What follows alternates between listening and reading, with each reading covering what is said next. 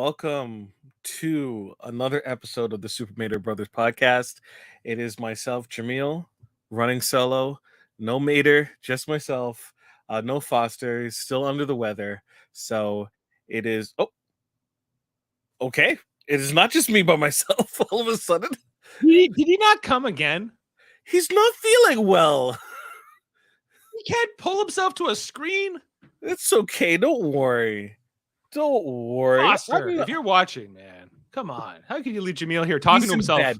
He's in bed. I just started technically. It's like you were waiting. Good. It's like we're in the pounds. Oh, good. Okay. I literally just started. Like, I don't know, folks. I don't know what it was with this episode, but it took me forever to get through it. Right. And I'm not saying that it was a lengthy episode. It was just. And I knew what was happening. It wasn't like it was a mystery to me. The digital dailies really kind of spoiled what happened in terms of a lot of the details. But for whatever reason, I could not just get through this episode. It was just very tough for me. Anyways, we're going to go through it. I'm joined, I am joined by Dave, the man Mater, with me. No DS99 tonight? We did. We're done. Okay. Wow, that was okay. I didn't see. We went for an hour. Okay. I didn't see the live indicator come on. So yeah, that's how it goes. Apparently, the episode we reviewed tonight, Prophet and Lace, is not a favorite amongst many Star Trek fans and a lot of even the cast and the writers. But we thought it was. We didn't like it that much, but we didn't think it was the worst episode ever. But that's a side tangent. But. Well, I'll have to give my ratings to the last couple of episodes because I've been running the ship here. But yes, we haven't had you on in 4 weeks or so. But thank you for keeping things running here on Big Brother Canada. No problems. This is an episode, folks. Like, if you didn't see it, I honestly think that you should pause and kind of go through the episode because the presentation is one thing, but also the content as well. All this happens within a couple of hours, and it's a lot, right? And it really sets up a lot of people's end games, and we'll go through it and kind of detail exactly what I mean by that. So tonight is the Fatal Feast. The Fatal Feast. Fatal Feast. Fatal. This was a feast like no other. It was like Mortal Kombat, the opening. It was like a tad over dramatic. Yeah, it was. Yes. They're like, somebody's getting evicted on a Tuesday. Can you handle it? So, I'm actually going to do a little bit of cleanup because last episode we kind of rushed through the HOH win and a lot of the little side tangents that happened during that episode. So Kuzi is the HOH. Now, even before that, we saw a sequence in the eviction episode where you saw all the women come together into a room. Now, what you didn't know is Anika and Kuzi were coming down to talk to the girly pops, which is Renee, Claudia, and Shania, and try to see if they can find some common ground in terms of voting out Ty, right? And getting rid of Ty eventually. So they came down with that express reason. But, and they kind of cut this out, so we didn't really see it happening. But whenever they tried bringing up the subject, Renee kind of commandeered the conversation to explain how she was hurt by being put up on the block and how people reacted to Johnny being put on the block and how that made her feel. And every time they tried redirecting the conversation back to getting together as a group, Renee would just sidetrack it again, right? And then Claudia came in and also sidetracked the conversation.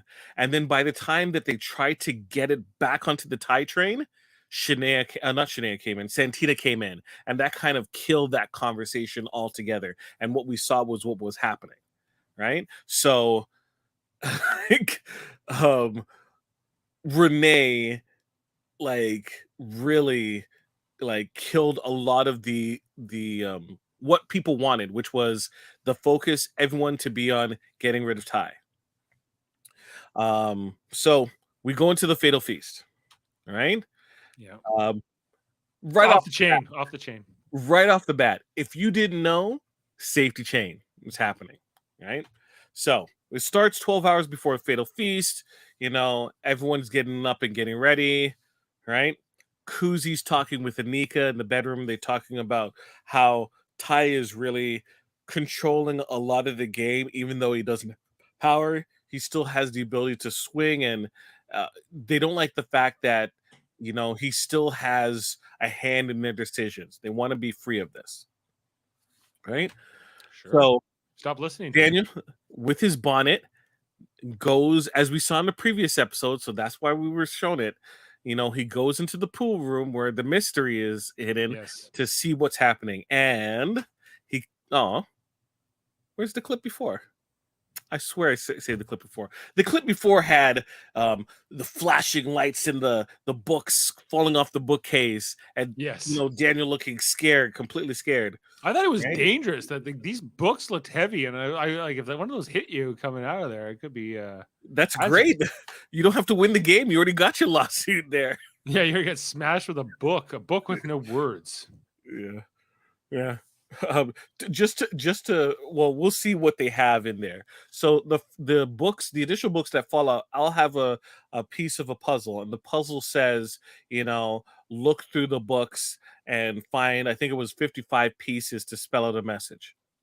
So Anika's pulled in quickly, and she starts going through the books with Daniel, and soon is joined by Hope. See, I did have it.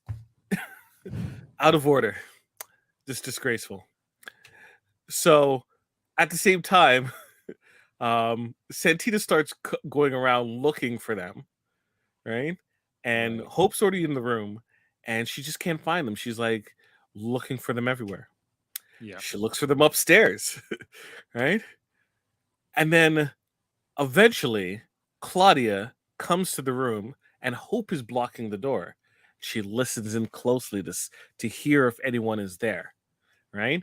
So much so that they were trying to hide it. They took off their shoes to make sure that it didn't make any noise. Once again, proof the Big Brother house, like in Canada, you can if even walking in your shoes gives away your location. That just tells you, even though it's spacious, still everyone can hear what everyone is doing if they really listen hard. Right? Very different from the Big Brother US house. So, Foster, I'm sorry. We got a lot of shirtless Hope in this episode. Does Foster not like shirts off? He does not like when people have their shirts off. No, he would have hated. Like, wasn't there that one season where I think it was Jedson and Ty never wore shirts? Like Yeah, all the they time. went out of their way never to wear shirts. I don't really understand the non-shirt. I always get the suspicion that the house itself, because you look at the floors, it is not a warm house at all. Right. Right? So, like, this whole shirtless routine thing doesn't seem. You might notice a pattern here that the people who tend to go shirtless tend to be like muscle heads and like want to show off their handiwork, Oh, fair enough. Fair enough. So what you're saying is they needs to be a jacked woman, and then everyone's like, "Are you literally just gonna go like that?" Is like, yeah. Well, I think for women, like it's all about it's kind of it's a little bit different. It's not about being jacked, but it could be about if you have a certain figure or a certain like look to you. Yeah, I could see you using that. I think some of the women do use that. Like I think there would be a lot of like commentary if a woman was, let's say, barely topped covered for lengthy periods of time on the show. And I think a lot of the women and even some of the men will comment about it. Not so much to the amount that the men being shirtless they get away with it. Well, I like in a public space, it's just as legal for a woman to be topless as a man in Ontario. in Ontario, which is where the show is made. Yes. But not on But TV. not on television. Not on television. But even though I remember when I got to Ontario in 1996 and it was on Speaker's Corner, all these women were like topless and going, "Look at us, we're topless," and then no woman ever did it again. When their latest, it was just the principle. They wanted the right to be topless, but then and then they're like, it's good that we have it in our back pocket, but we don't want this. We just don't want there to be a law saying we have to, which fine. So, but yeah, I don't think you're likely to see that on this show. This is a family show. Is it a family show? I don't know. Maybe. Like, okay. Well, Hope, the doorman, who really sucks as being a doorman. Okay, this whole thing with him holding the door closed and whatever, like, I don't respect it. Like, I respect that he like the early attempt, like when Santina tried to get in and then she went away. At that point, that was your one move. That was it, because they were trying to get a little bit extra time to go through these books. It was Daniel and Anika in they call it the pool room, but I think it's actually called the library. It makes more sense to be called the library than the pool room. There's one pool table. There's tons of books. Okay, yeah. The pool table could be anywhere. It could be the backyard, right? Right. Libraries in the library. And the producers, like, I think in the clue or whatever they give, like, they call it the library as well. But like this whole thing of like, well, they were trying to keep it closed. And then is it Ty who forces his way in first, and then Santina comes in, and then eventually Kuzi comes in, and yes. and they only leave out Shania, say it. Shania, Claudia, say it, Dave, say it. And say it. No, Dave, I'm not gonna let you off the hook. You mean the girly girls or whatever they're called? I wasn't gonna say the girly pops. I'm just saying, as yes, I did notice. They also happen to be the three white girls in the house. Yes, thank you. Yeah. I just wanted to point that out because I know from an outside observer, it's a terrible look. The optics of this were bad. Like, if this had been three women of color that they had left out, it would have been worse. But this wasn't good either. Like, and I don't think it was conscious on their part.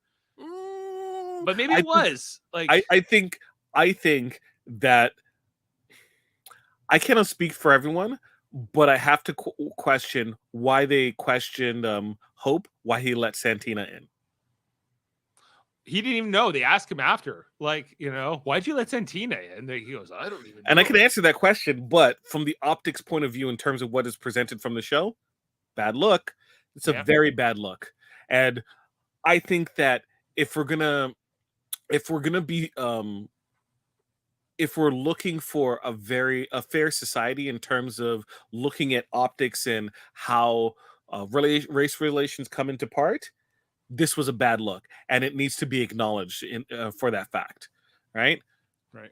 Now, because it's more interesting about what comes in the argument that comes from this versus what they actually find, in my opinion. Like, so there was no advantage. Like, did they end up getting anything of like value out of this whole exercise? I don't think so. It was all a thing to make up. I think it was meant to be a group activity. I think it was meant to be. So.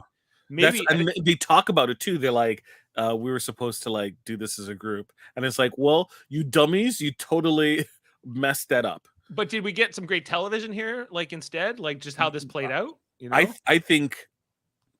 I think there's repercussions that are going to emanate from this for the next couple of weeks, and that's not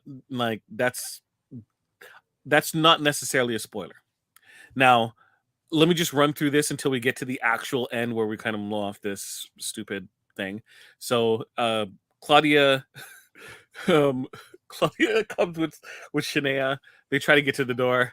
Claudia realized that she's denied. I had to get that picture, right? Because she's right. I was like, wow, that's a terrible look, right? Then Kuzi comes down. They go and get Kuzi. Kuzi's like, she goes, it's me, Kuzi. I'm alone.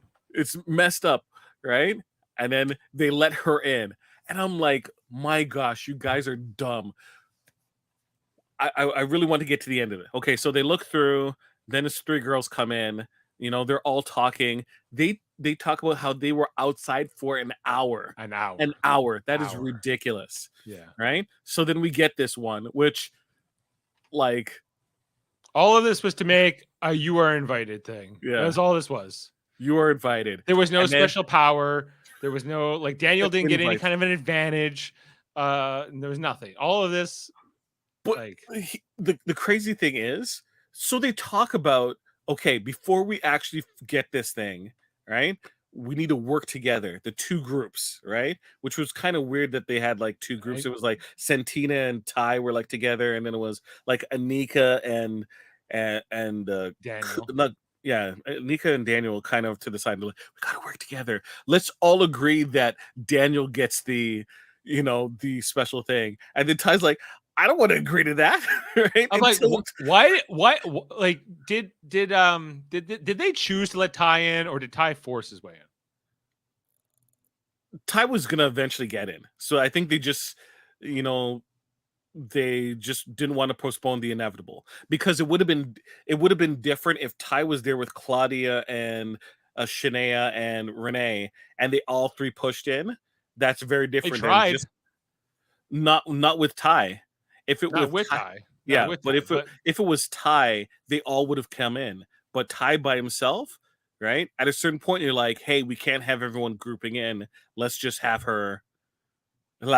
him come in, and then avoid the situation. Well, I think it's interesting. Like, I think Hope. This is just really. I think it was damaging to everybody in the room who took part in this. But I think Hope is going to receive the most negative backlash, not even just from in the game, but I think on the show and how this looked on the show, because it looked exclusionary. It ultimately didn't add up to anything, but even if it had, for nothing, for absolutely nothing, even if Daniel did get a power, everyone knows that he's going to have a power, right?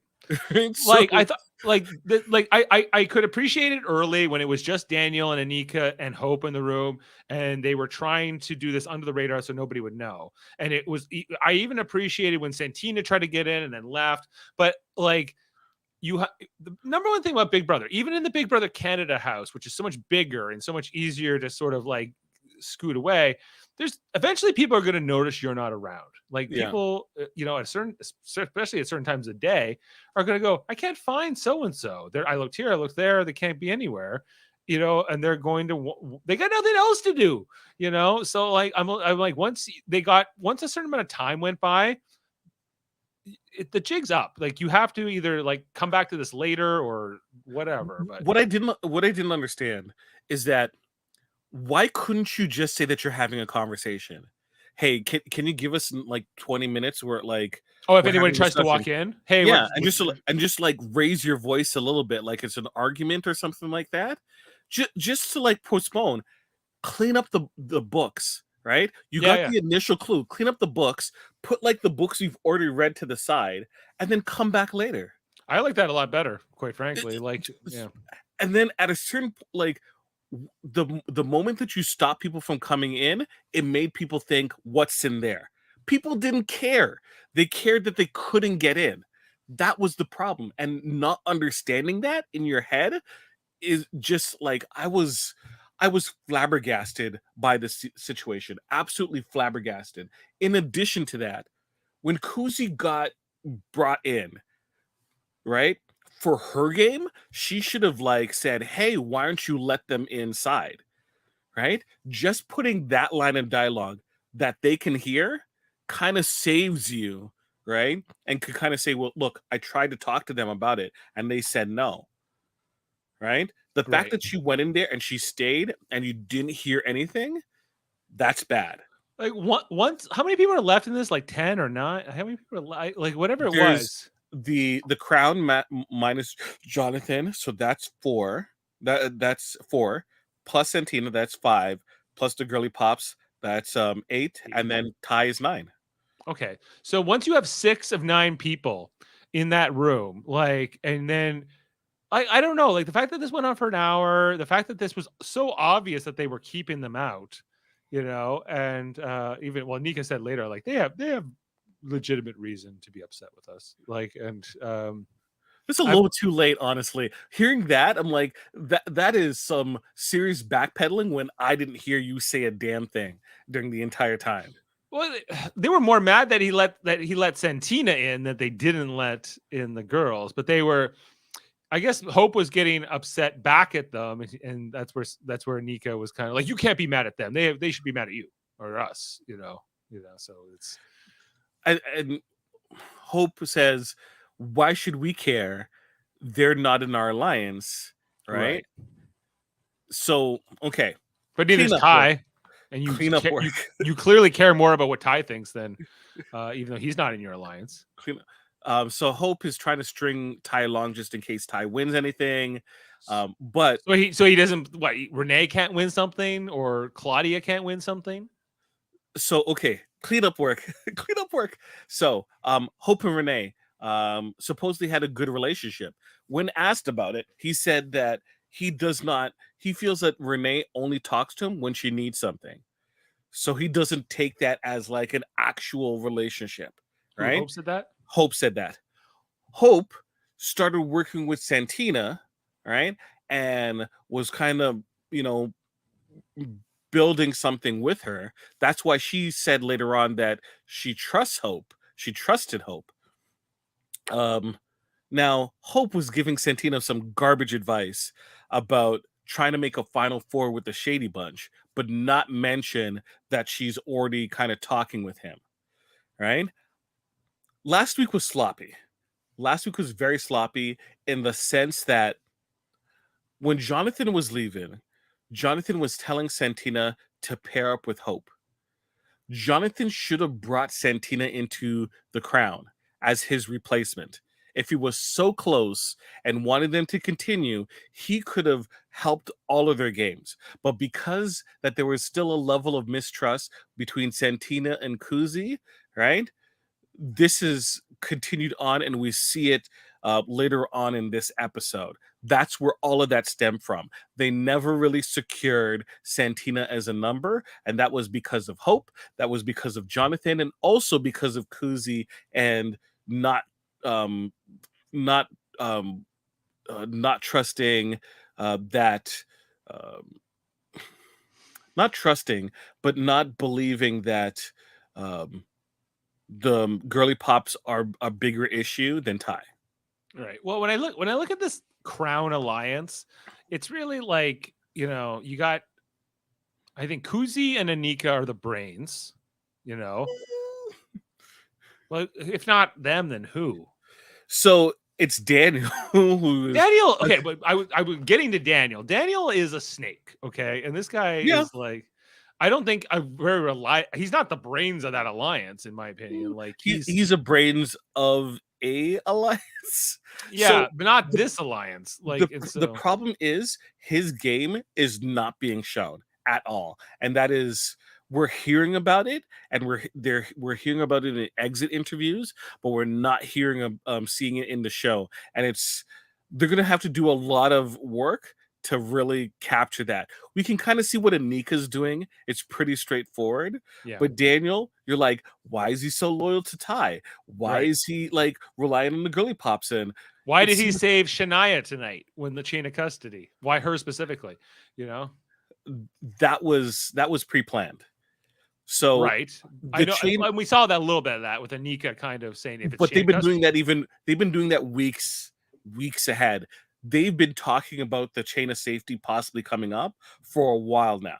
And they've been trying to see, okay, what is the combination that will get us to our end result? So let's fast forward a little bit, right? So thing comes up. Renee was upstairs. They eventually She's have to call dancing. everyone like an idiot and eat crow and like, oh, Oh, we need to show you something so this thing downstairs. we've been keeping you away from for an hour, it turns out it's for everybody. It seems like for everyone, and it's like you look like a total idiot, right? Look Right. like complete idiots, Yes. right? And Hope, this dude is so frustrating Yes. because I wish he was genuinely a bad guy at heart, so I He's can not. like him. So I can like him as a bad guy. He he does stupid stuff Yeah. that infuriates me, and then he soaks in the corner like a baby, Yes. right? Yes. And he does it repeatedly. He does it repeatedly. I'm like, at least I can respect Ty that he's just, ignorant in some respects, right?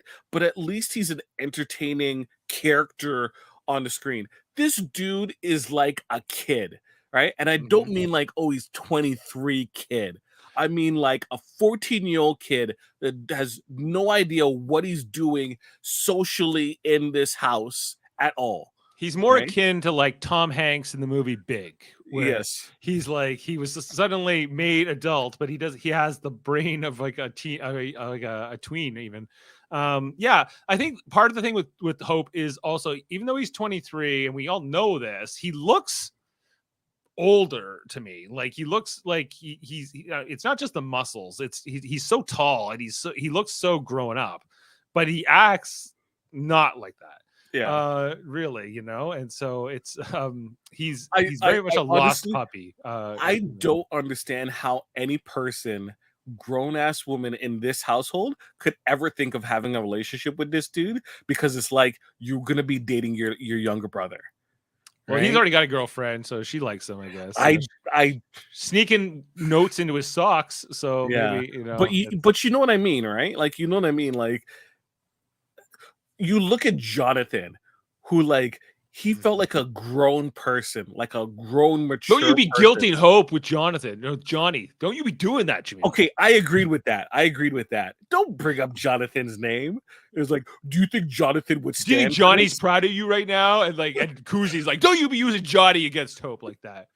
Like, why not? Who cares? Like, Okay.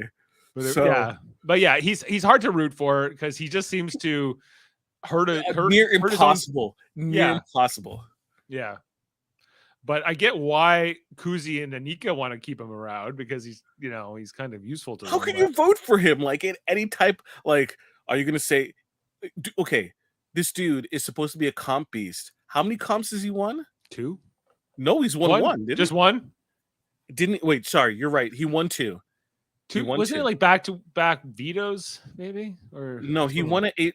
He won. No, back-to-back vetoes. You're right.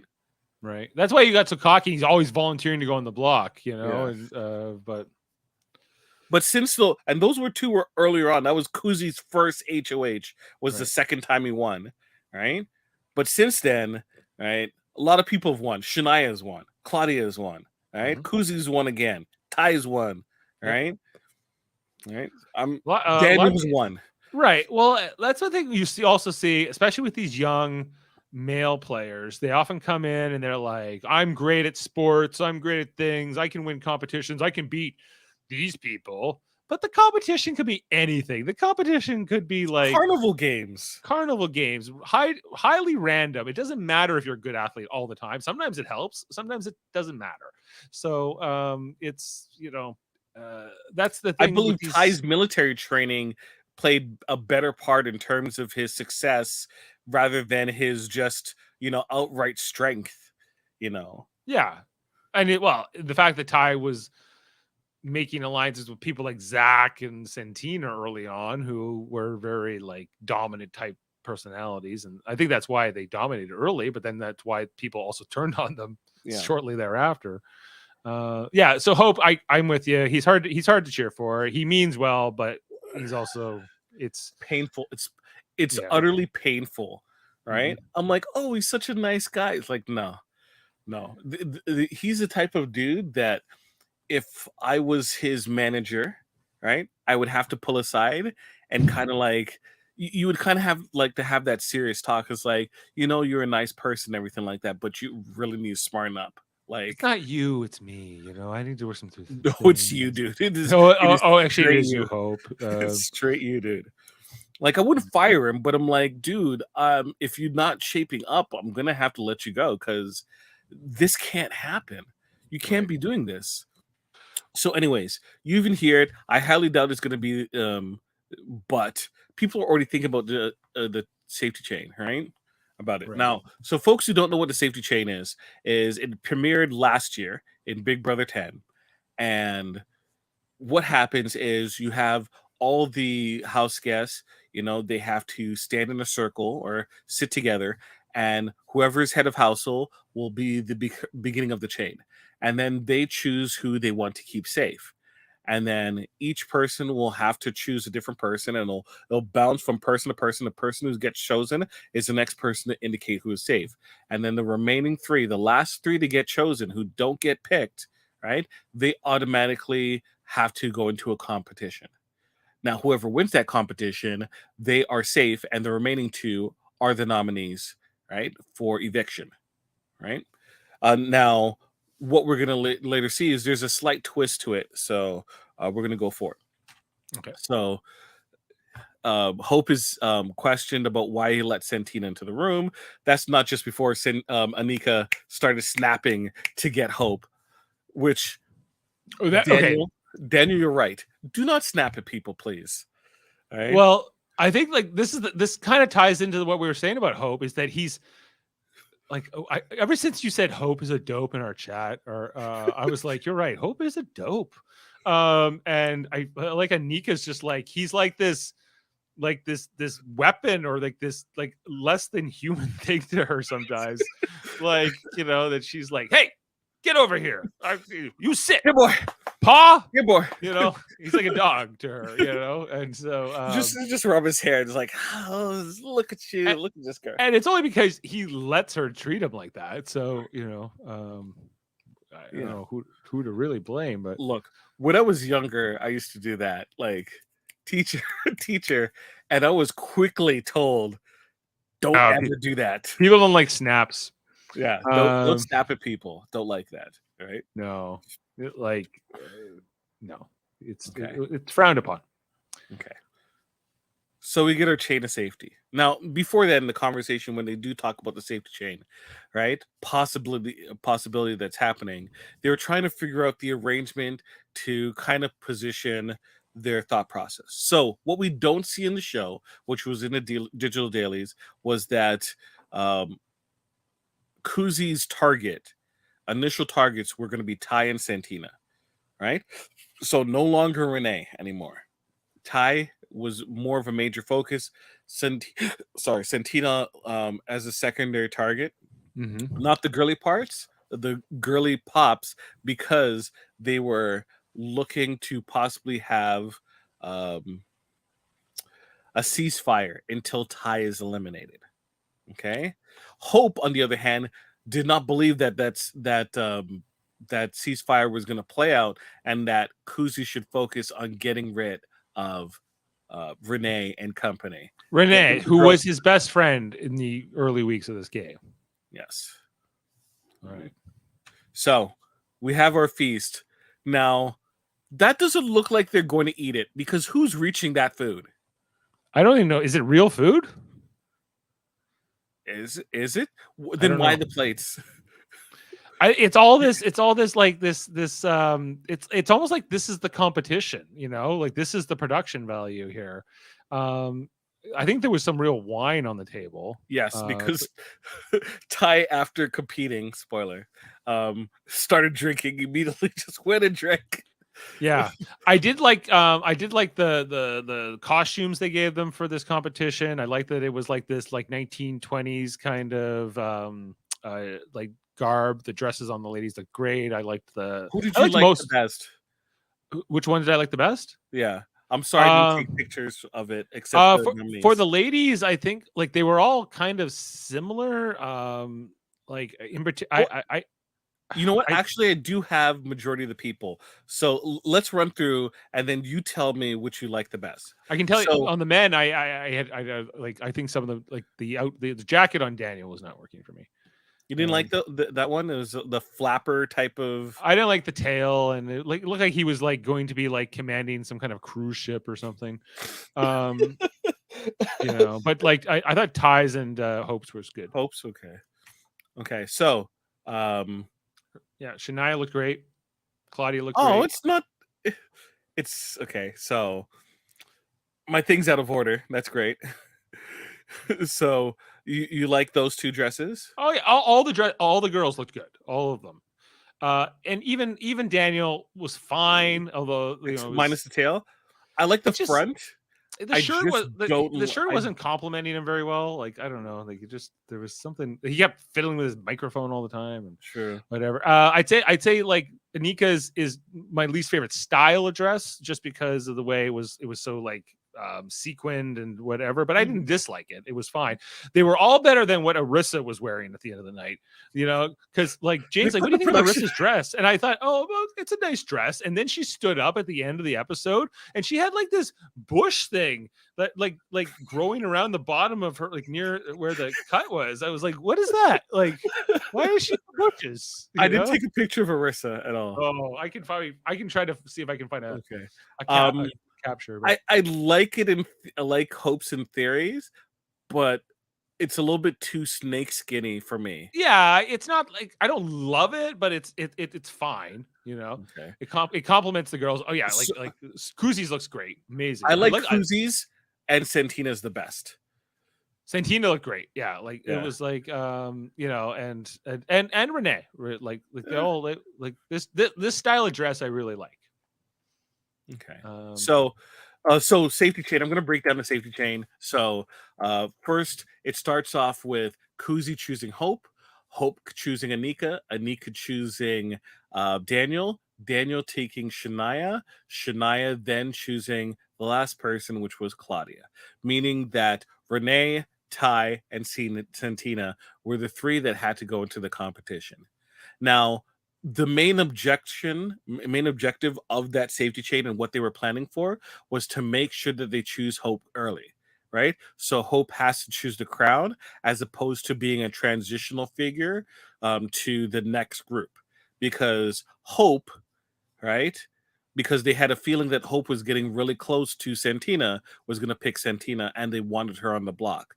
So that's why they made sure to have Hope early, so that he can continue the chain into the crown, and then they can transition to the girl. That was smart because I liked that Kuzi picked Hope first because Hope has less chance of screwing it up. Here I have the Arissa dress if you want to see it. Let's go.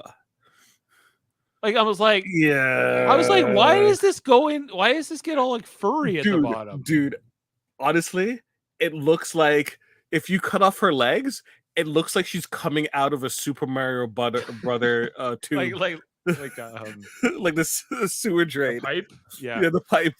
I'm like, what is that? It just doesn't why doesn't the dress of the material just extend down? Like, why does it who designed? And then the shoes are also got the fur on them, like so.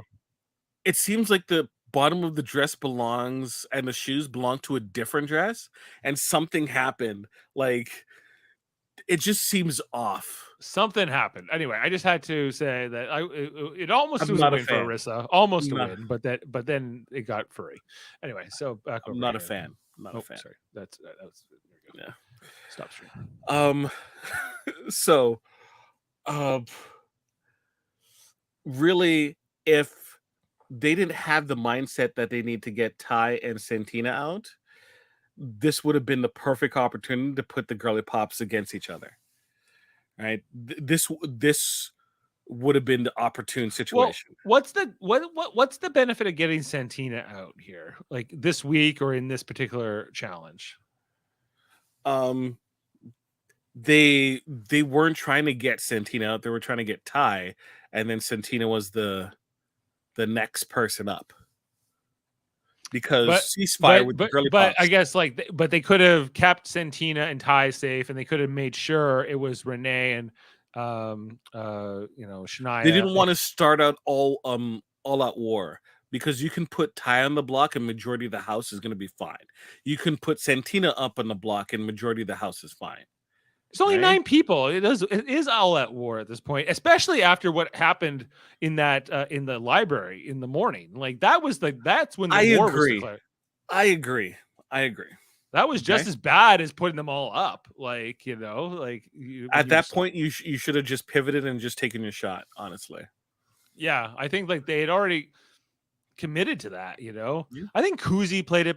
Kuzi didn't need to get in there. Like Kuzi, when she did get in there, she knew those other girls were waiting out there. Yeah, she should have stayed outside and that would have lessened the blow because it would have been just like I'm outside too, right? Yeah, and then she could have even pretended to be mad and then got the information from them later or Well, something. she would have had to like make a show of it and like yell at Hope because if she just like, guys, that wasn't nice. It's like, who is this? This is not Kuzi who like told off Zach in front of everyone in the house, right? Mhm. She would have to come hard. So I don't know if she was willing to do it. So we have this competition. Foster, this is 2 competitions in a row, and I still don't have your feedback. So when you get a chance to, Foster, shoot us a message. Let us know. We'll detail it on Thursday. Well, I will detail it on Thursday. Well, what did um, you think of the challenge? um, I like it. I like it in the sense that it's one easy but difficult. Mhm. Right? You want to find that balance, right? Especially when it's a carnival game. And you can clearly see, in terms of ability, it's Ty, Santina, and Renee, right? And that's But how it I'm pretty finished. sure, huh?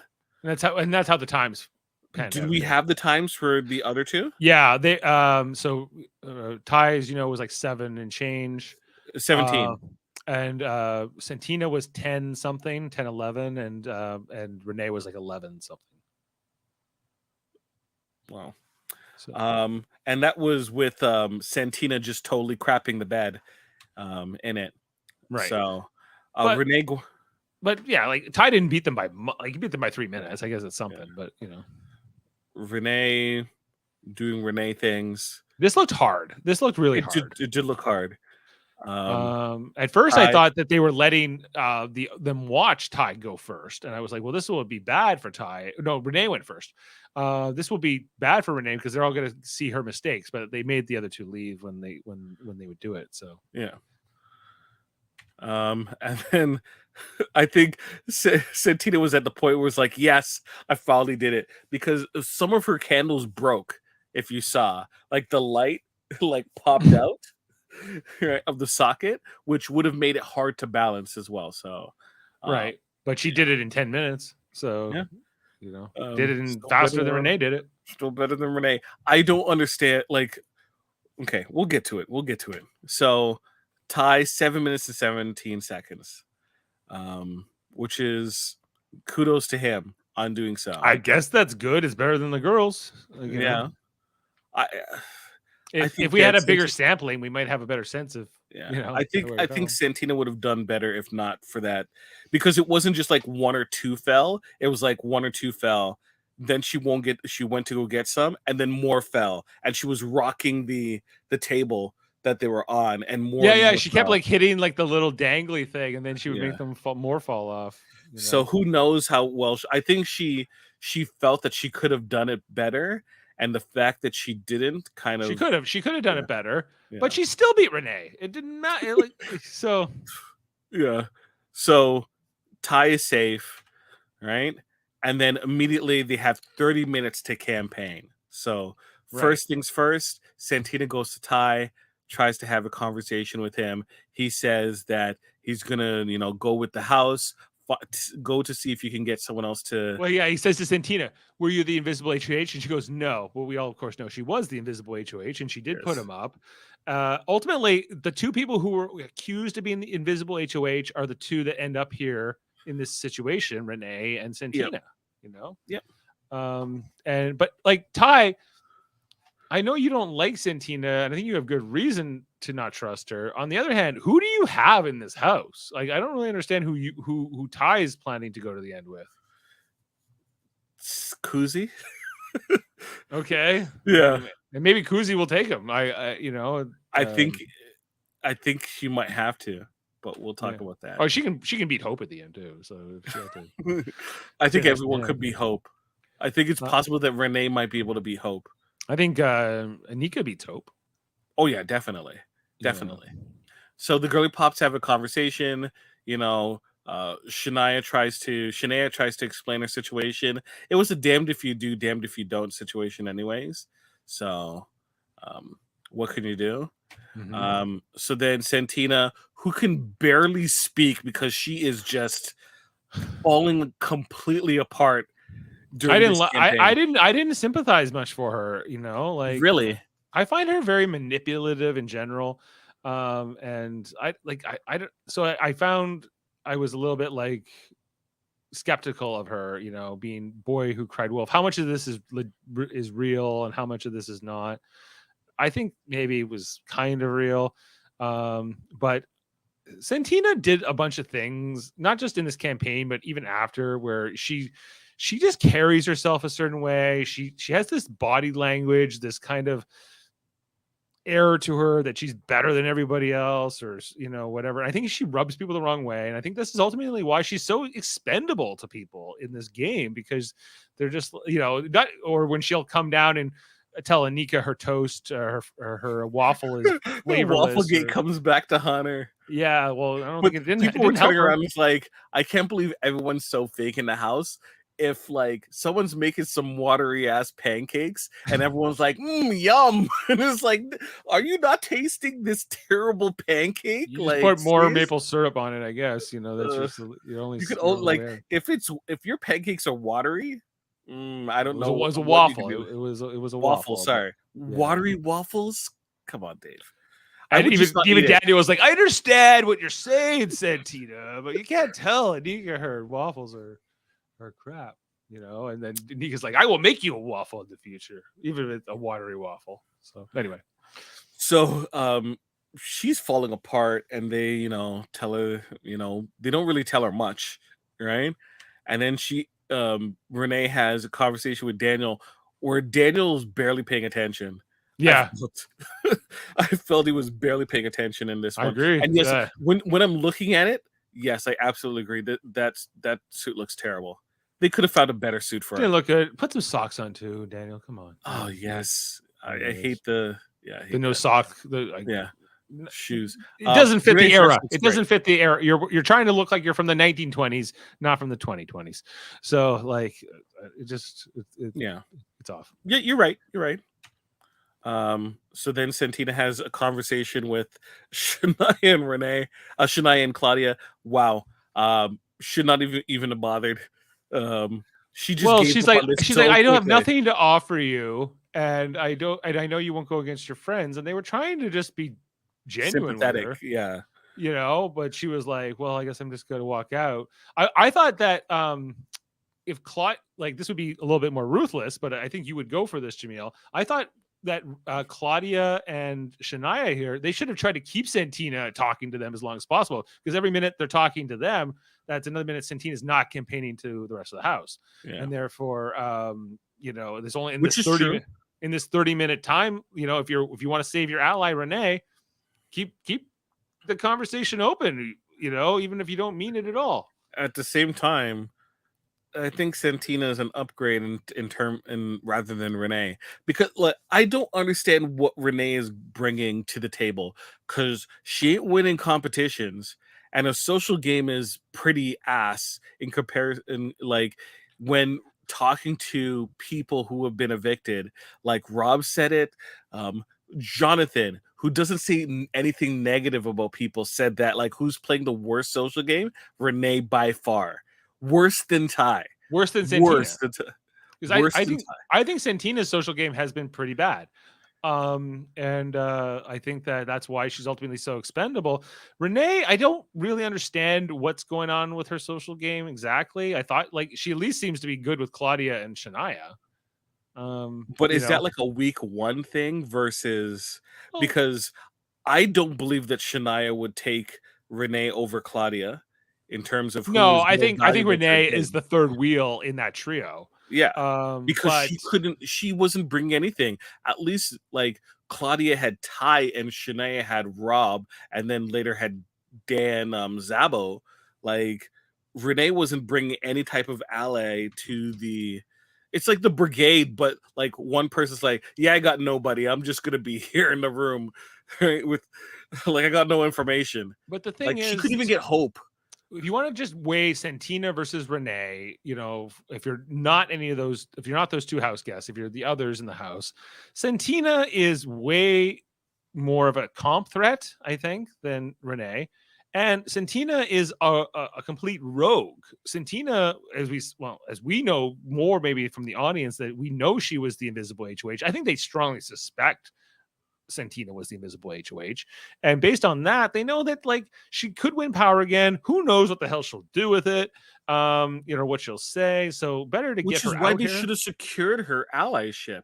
I don't, Because but you could never trust it. You could never trust I think she Santina. was never given a chance since first week. She never got an opportunity to work with Maybe, people. but just based on the experience, what I've seen from Santina, especially post Zach, is that it's Santina is just too risky, too not worth it as an ally to keep her I as an would ally. rather her versus Hope.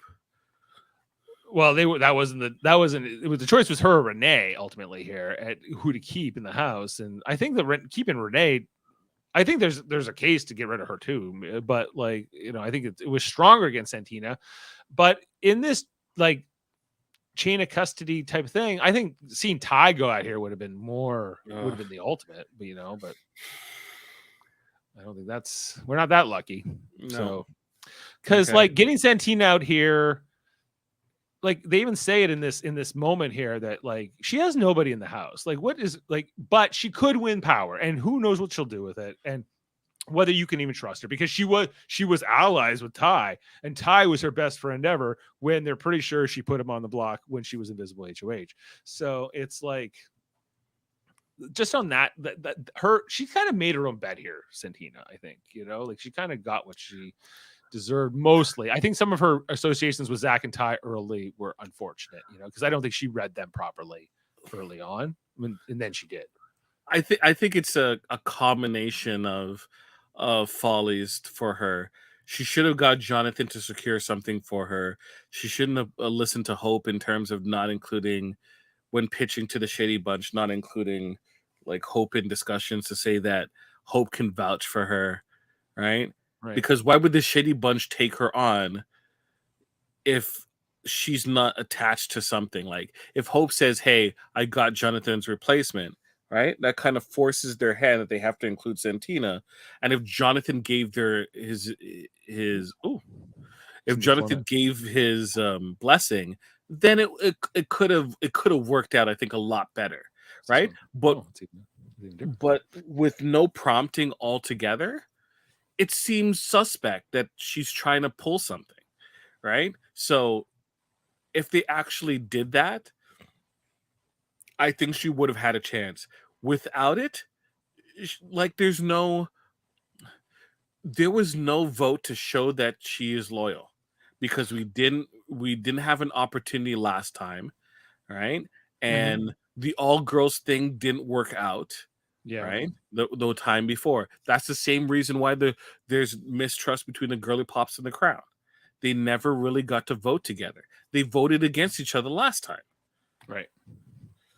Yeah.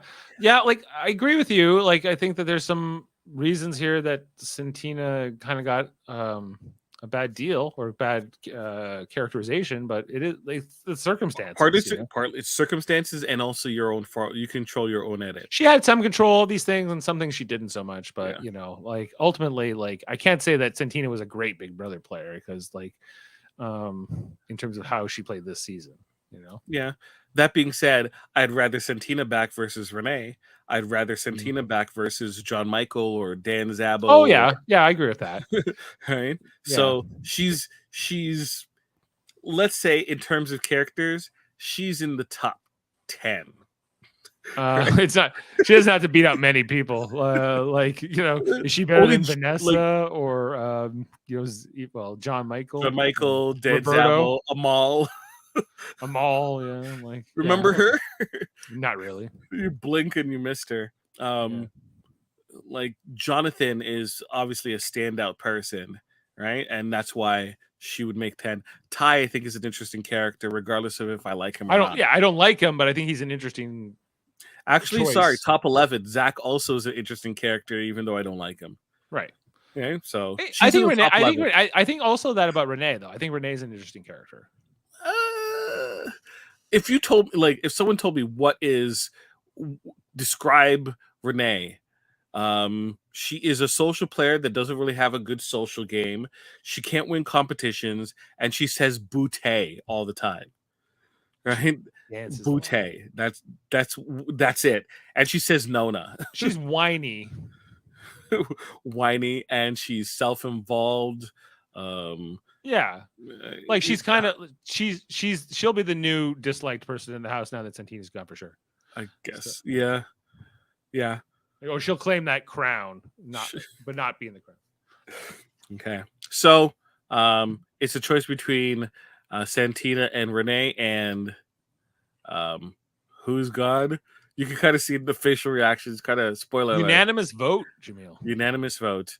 I did like this shot of her walking out and everyone just standing there. It was also interesting. Every time they had to go to the die room to vote, it was up. They had to like speed it up because they was so much further away than when they normally do it. So if people didn't understand, they had to walk through the living space, usually where everyone is sitting together in a circle. That's where they had the candles. So they were going outside for where they usually have the workout room, and then they had to walk inside. That's why. But a very multi-purpose space. Be great to host a party there. Not great to play Big Brother, honestly, because it's too big. Right, and that's it. The rest I have are spoilers. Back here. Nah, yeah, I don't know if you want to get into spoilers, but I'm happy to get into spoilers. But we can play our spoiler sound and let people know if they want to get out of here. Then because we know who the HOH is, the new HOH. What do you mean new H? Wait, is this the end of Kuzi's HOH? Yeah. What? Yes. She didn't even get to nominate anybody. No nominations. No nominations. This is a garbage HOH she got. Like, why didn't they just do a double eviction? Like, they had the safety feast and the clues and stuff. What I want to know, rather they have done a double eviction on Thursday, or do you like this better? What they did? I like this better, but I would have liked to know if this was found out in week 1, if they would have done this. I would like to believe that this could have happened at any time, right? And they were going to do this regardless of what was going to happen.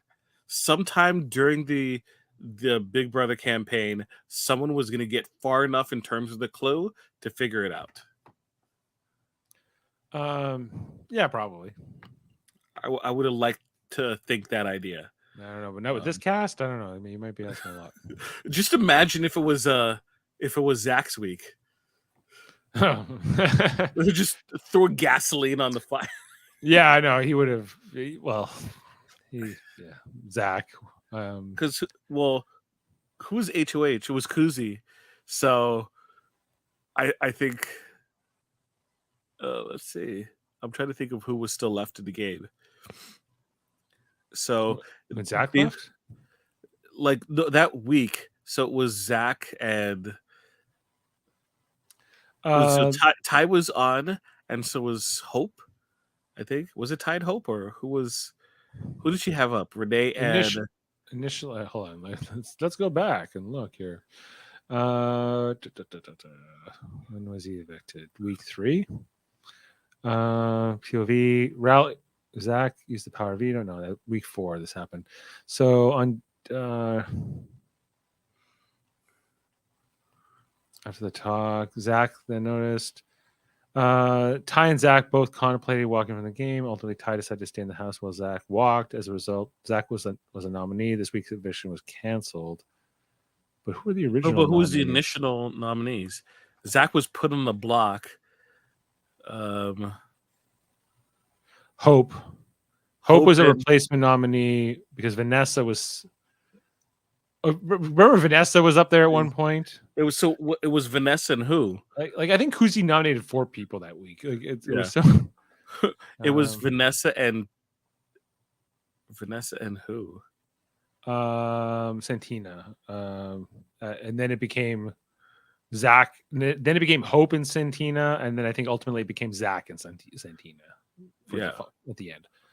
Yeah. So, which is why also that Santina didn't completely trust Kuzi, because Kuzi previously put up Santina without talking to her about it and giving her a heads up. I think sometimes you just got to trust somebody. Anyway, especially when you have no one in the game. There has to be some kind of trust. You have to build some kind of bridge between. And she kind of burned bridges with the girly pops, honestly, with her attitude. Yeah, well, they burned the bridge back, but yeah. True. But anyway, yeah, okay. So let's get into the spoilers. Because we Okay. won't be catching up on. I won't talk to you about Big Brother probably on Thursday because I'll be doing Picard on Live Long. So, okay, let's bring this prepare. up.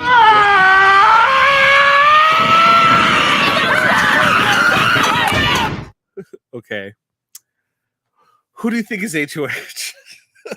Not Kuzi. Yeah, well, yeah, not Kuzi. Pour gasoline in the fire. Who do you think is HOH? Ty. Nope.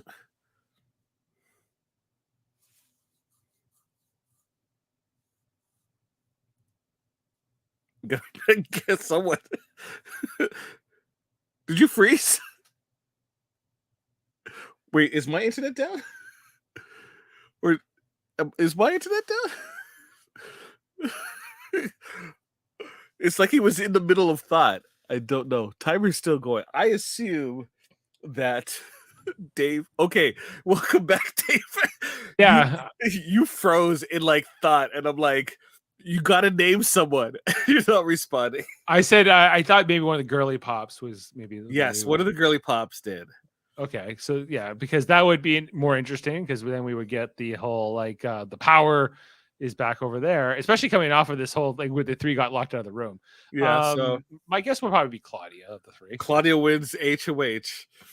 So she puts two people up on the block, and the two people are. She put up Anika and Daniel. No, Hope and Anika, maybe. No, Hope and Ty. Hope and Ty. Okay. Yes. Claudia put up Ty. Yes. That breakup is really holding through. You're like, yes. You're like, yes, do that thing. And then Ty wins POV. God damn it.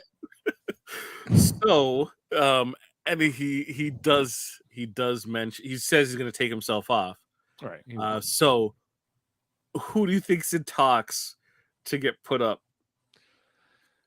If you're Claudia point of view, who are you taking out?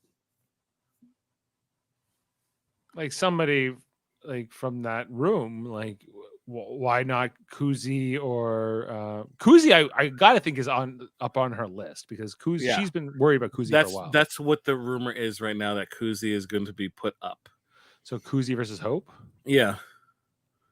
And Hope is somewhat mad at Kuzi because he's like, you should have listened to me and taken that shot. What shot? Well, what we saw tonight in the feast, if you put up the girly pops, one of them would have been gone. But yeah. I like how you're no-selling hopes. Well, Claudia might still be the HOH, like, you know. Even if she was the HOH, then she would only have one ally, technically. Whether she might still do this same move, though, Hope. Like, it's not necessarily. But you would control the vote more so. Okay, so now all three girly pops are in the game, but only two vote. So, okay. 2 vote, right? But then you have Ty, right? And then you have Anika and Daniel who are voting.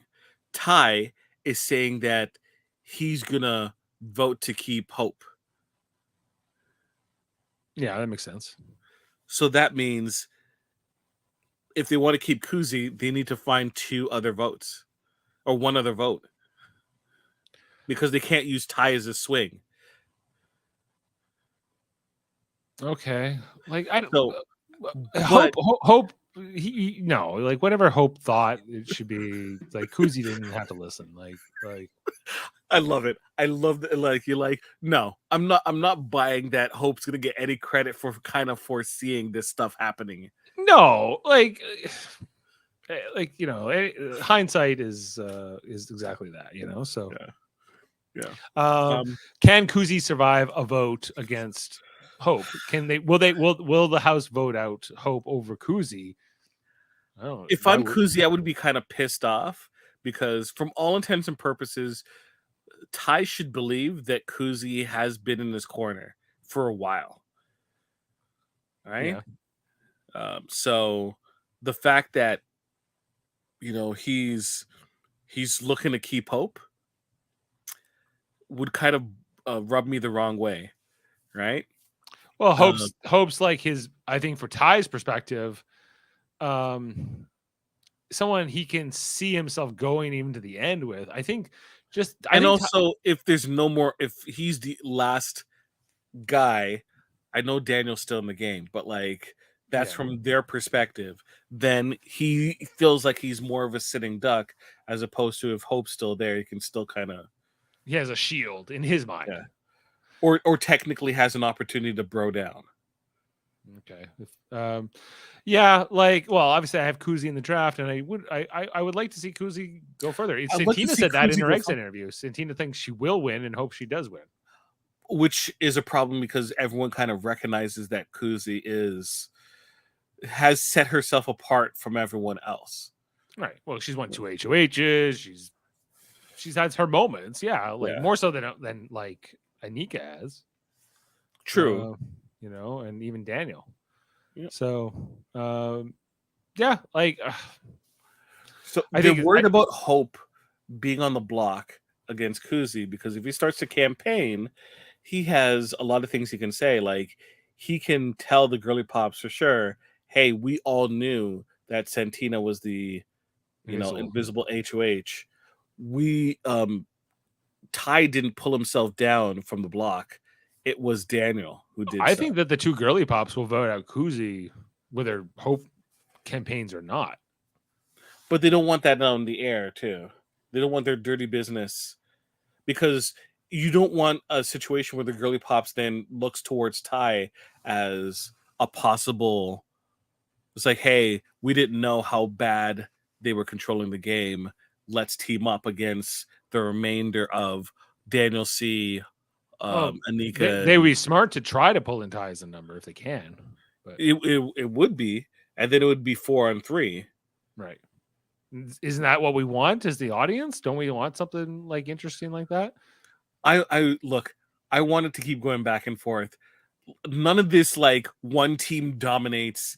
We've been extremely fortunate, right, this season that at least it's the thing has been going, the pendulum is going back and forth, Yes. right? And there's casualties, like they lost Jonathan. That's a major casualty, right? The girly pops hasn't really lost anyone because well, the outside of alliances their have been changing because remember Claudia and Ty were this showmance like power couple, and that's all changed. And so there have been like shifting alliances. We Hope and Renee were started off this game very tight, like almost ride or dies, and now they act like they don't even know each other anymore. So it's interesting. It's interesting.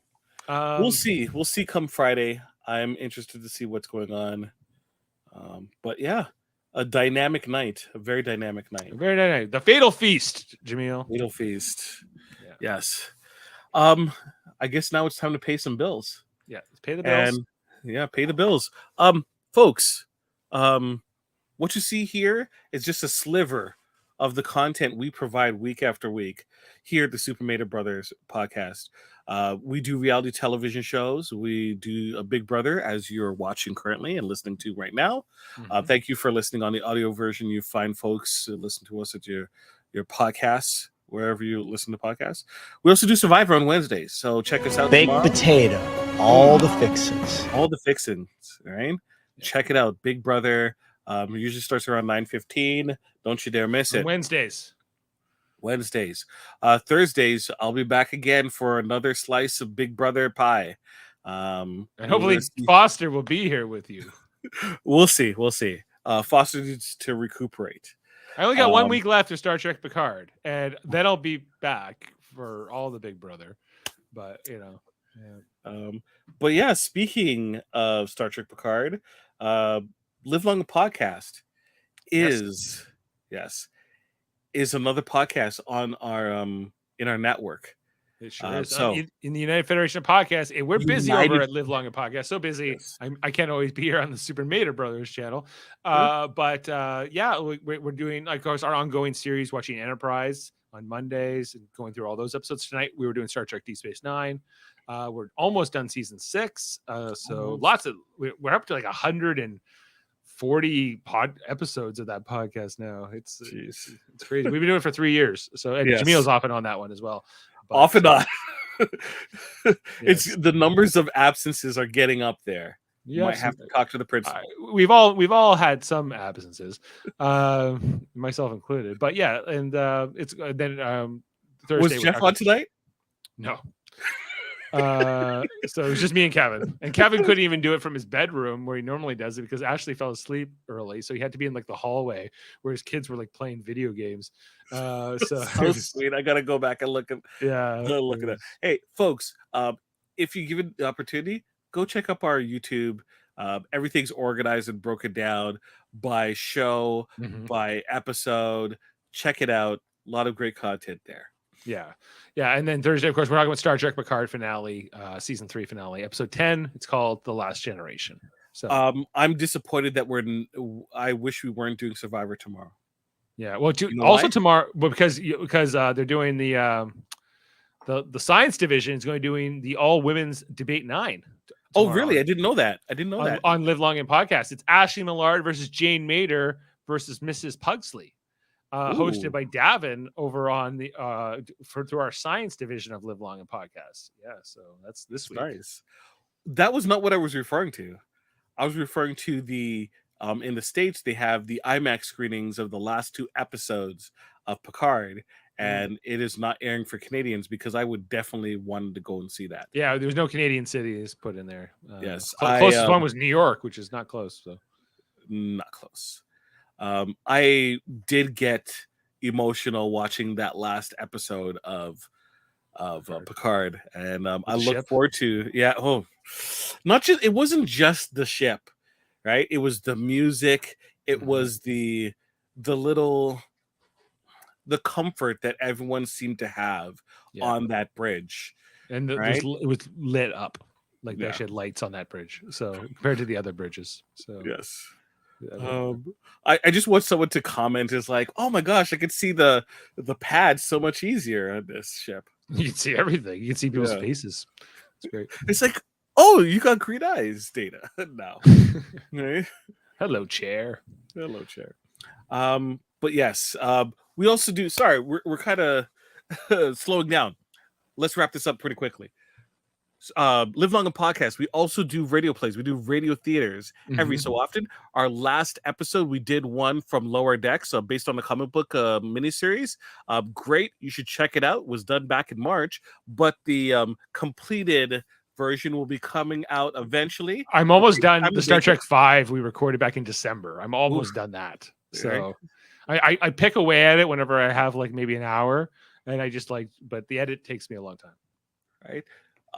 Dave takes a good time to make sure that it's baked correctly. So, until it's ready, the live version. It's ready when it's ready. The souffle will rise or it won't. Yes. There's nothing we can do. The live versions are also fun, right, and enjoyable, and it's a different experience. So you can listen. So nice, you can listen to it twice. But that is Live Long Podcast. We also have X-Rated, which is the X-Men animated series. Yes. Podcast done by Davan and also Andre Mayette. They had an episode tonight where they were interviewing another member of the X-Men animated series. The writer, one of the writers. Len Yulee. Yeah, Len Yulee. So definitely check this out. Davan has proclaimed it is a great episode, and he does not exaggerate. He would never. Very often. He wouldn't do that. So he wouldn't give something a 10 if when it's more deserving of a 7. He wouldn't do it. In addition, we have the Graphics History. I put the icons. Graphic Histories podcast with Andre Mayette, his X-Men X rated podcast mate, has his own podcast where he does interviews and deep dives with various individuals, artists, writers, actors. You should definitely check this out. Yeah, he's doing Adam Gorham this week, an artist who's done a lot of different comic books and things like that, including The Hunger, Bleed Them Dry, Immortal Hulk, Black Panther. Okay. War Mother, The Pitiful Human Lizard, Mighty Morphin Power Rangers, Very bunch of popular. different great shows. Vampirella. Our most recent addition to the United Federation of Podcasts is Aiming on Track. The first episode delved into the Hamilton soundtrack, and the second episode with Davan as a guest star went into, was it Robert Jackson? I know you're frozen. No, wait, you asking me something? Who did the second episode of Aiming on Track feature? The guest musician. was Davan. No, but the musician. Oh, Robert Johnson. Robert Johnson. Okay. Yeah. Famous blues guitarist from like the 1930s. So unless you're in Russia, you should have no problem to listen to it. Check it out, definitely. On Wednesdays, we have Alex Blackbird and Michael Chan, YTV's own Michael Chan from the Popularity Papers. Check it out, 6 p.m. Mondays YTV. at 6 p.m. on YTV, or you can watch and it on Slack TV. Stack TV. Stack TV. Slack or Slack? Stack. Makes sense of Stack. Stack TV. Check it out. Horror review podcast, audio only. Wednesdays. Sometimes do stuff on the weekends. Hold Up, a Wednesday bi-weekly special where you have the World Mind, Chris Murphy and Devin. They review 3 movies, 2 from pre-2000 and 1 post-2000. The next episode is on Heist, featuring me. So the movies featured in that episode is going to be The Pink Panther, Out of Sight, and then also Victoria. When is that episode? I'm not even sure. It's eventually, right? I think it might be next week. On Fridays, we have KBBL Simpsons podcast with Baker and Francis. Last week, they had the Dancing Homer episode that you were guesting on. What's the next episode? Which one? Oh, well, we're still working that out. Oh, have you done Dancing Homer yet? I was there. Oh, yeah, I was there last. Yeah, I did Dancing Homer on Friday. And then the next episode is going to be we don't know, right? Oh, well, I can look it up. Okay. I don't know off the top of my head. The next episode is called Dead Putting Society. Oh, that's the one with like Flanders versus Homer in the okay. And last but certainly not least, not hold up, Trivial Debates, which is our debate show. It's monthly, where one guest host and 3 guest debaters battle on a subject. This last month we had it on wrestling, where myself, Jason, and also Andre Mayette competed for Trivial Debate glory, and I would say it's a pretty good episode to check out. So when you get an opportunity, go ahead and do so. And of course, once again, mentioning you can find all of that content at the United Federation of Podcasts. Right, so check us out online, and that's it. Let's wrap this up. And everyone have a good day. We'll see you tomorrow for Survivor, and the day after for Big Brother, and also Picard, if you can do both. Yeah. All right. And remember, someone is always watching.